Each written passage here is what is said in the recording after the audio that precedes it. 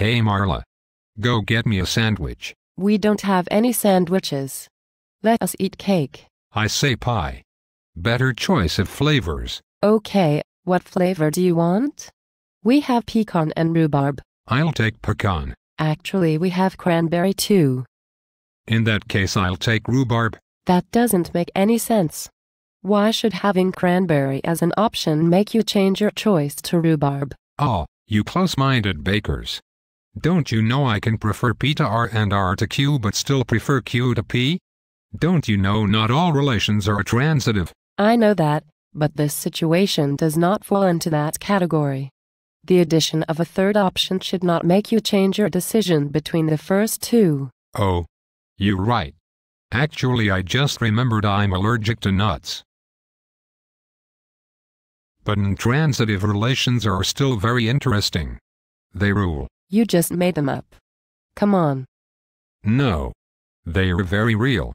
I bet you don't even remember what transitivity is. If A twiddles B and B twiddles C, then A twiddles C. Twiddles?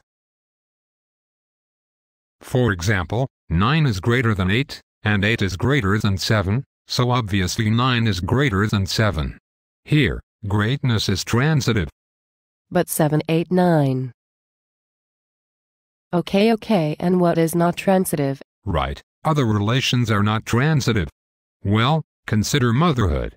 If Mary is your mother and you are Albert's mother, it certainly does not mean Mary is Albert's mother. Or take the most well-known example, rock, paper, scissors. Rock beats scissors and scissors beats paper, but paper still beats rock. Okay, so some relations are transitive and others are not. I get that.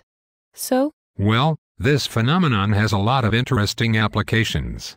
Can you determine which magnet school has the best math team? Well, Whitney Young sometimes beats Peyton because they have more people, and Peyton beats Northside because of better coaching and more talent, but Northside can still beat Whitney Young because they have a nicer building to practice in. Right, you see? When which is best is determined by more than one factor, sometimes there is a logical loop, like an Escher staircase. It is an obvious flaw in any voting system that presumes to be able to come out with the best candidate by everyone just voting once. Oh yes, I am familiar with our country's most popular voting system. It is plurality voting. Whichever candidate has the highest percentage of votes wins. If there are only two candidates, that works fine. But imagine there is a third-party candidate. An independent candidate could take away votes from the Democrat, so the Republican wins. Even if without the independent, the Democrat would have won. I see you're thinking with the pies. You got it. With just two candidates, plurality voting is the same as majority voting. But if there are more candidates, the winner could be the preferred candidate of only a small proportion of voters. That would suck.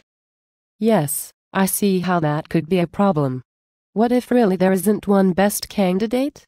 There's got to be a better method for determining the best candidate for the most people. You're right. Many have proposed alternate voting systems. All have flaws, but some are certainly better than others. Ha ha, transitivity. Oh, I have an idea for multiple round voting. What if everyone gets to rank their candidates, 1 for favorite and 4 for least favorite?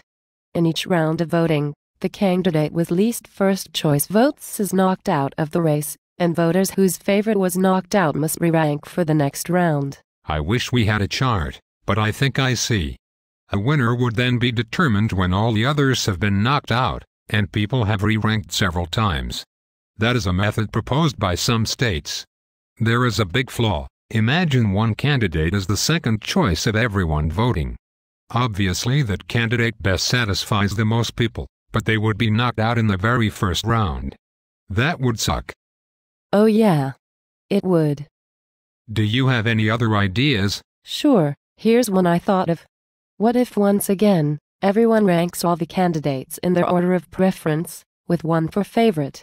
Then each candidate's score is determined by adding up all the scores from each voter, and the candidate with the lowest number wins. That could work.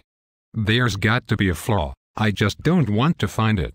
I mean, they all require special procedures for ties anyway. As you see, There are lots of different systems of voting that could work better. We have looked at several. How about that pie? Pie sounds delicious. I'm not getting it though. Let's rock, paper, scissors for it. Okay, rock, Paper. scissors. Shoot. Ha ha ha. Ha ha ha. Ha ha ha. Whatever. I'm going now. That will be the end of this discussion. The real secret to voting is that the voters don't matter anyway. Whoever is retrieving the pie gets to decide the flavor.